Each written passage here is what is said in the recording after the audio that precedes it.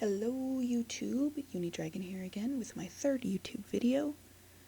I'd like to post an update to the Slazo FIZZIP0P situation.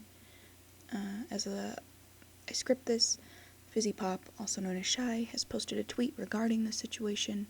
I will throw a screenshot of the post and the tweet longer up on screen.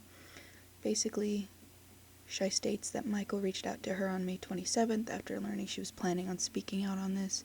She claims he apologized multiple times and basically tried to keep her from coming forward by saying, quote, there would be no positive outcome for anyone, end quote, if she did. Which is true to a point.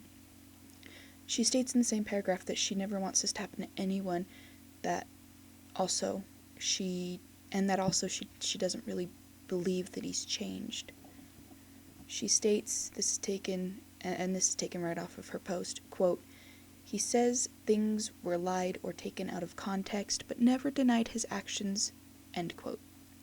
She met up at a cafe, she says they met up at a cafe, assumingly before she came forward, and claims he stated he needed to drop some things off at his hotel he was staying in. She states that he talked her into going into the hotel, into his room, and that her friends know where she were. She felt awkward, but safe.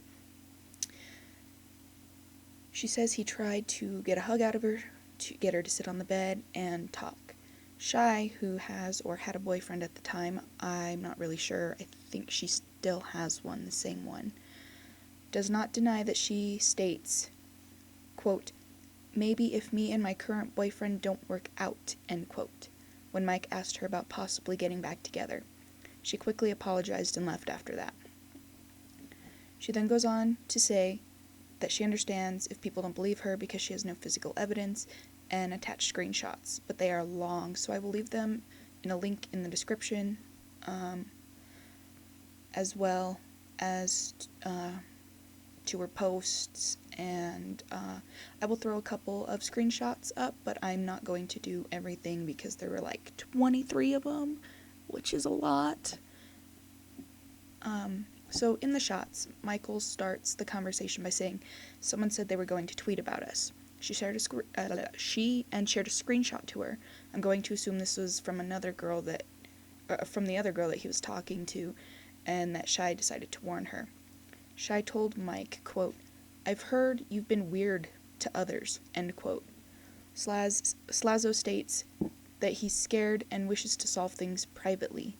She expresses that people near him are worried he'd do it again. He kind of dismisses it with a quote, no one knows that, aha, end quote. He insisted he's changed, he hasn't done it again, and that it's been years. He apologizes again and says he regrets it. He says when they met up, she agreed he changed, but in text she basically says, well, thinking back on it, I'm not too sure. She claims she's heard things and is worried again. Mike asks what exactly she's heard. He also says, quote, he, quote, knows for a fact that nothing like that is ever going to happen again, end quote. Slazo goes on to say in their screenshots that their relationship happened in a very extreme circumstance. Claims distance, his parents giving him no guidance going into his first relationship, things like that. Shine fired back with a, quote, distance and your parents don't and will never make this shit okay, end quote. Michael argues that it did, claiming that he's changed again and says it will never happen again. He basically says this issue won't help him change, he basically says, that it won't help him change, I'll get into that later. Shy states after that she's concerned because he has access to millions of fan and stan accounts, which I assume she had one, judging by what happens later, or what she says later in the screenshots. He says he hasn't really talked to anyone, hasn't talked to any of them, besides sending memes in a group and talking to one who made a birthday post. Asks again what she's heard. He offers to give her his login to prove that he's changed, which doesn't make sense, but I'll get into that again.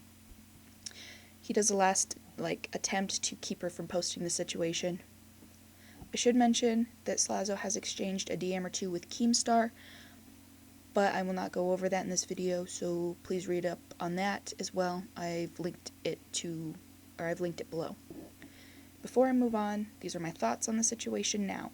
If or as this situation continues, my opinions may change. I encourage those watching to read everything for themselves and form your own opinion on it.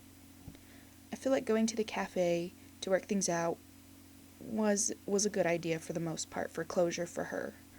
But I feel like she should not have gone to his hotel if that happened. Do I believe that Slazo is truly sorry? I'd like to believe, but I honestly don't know.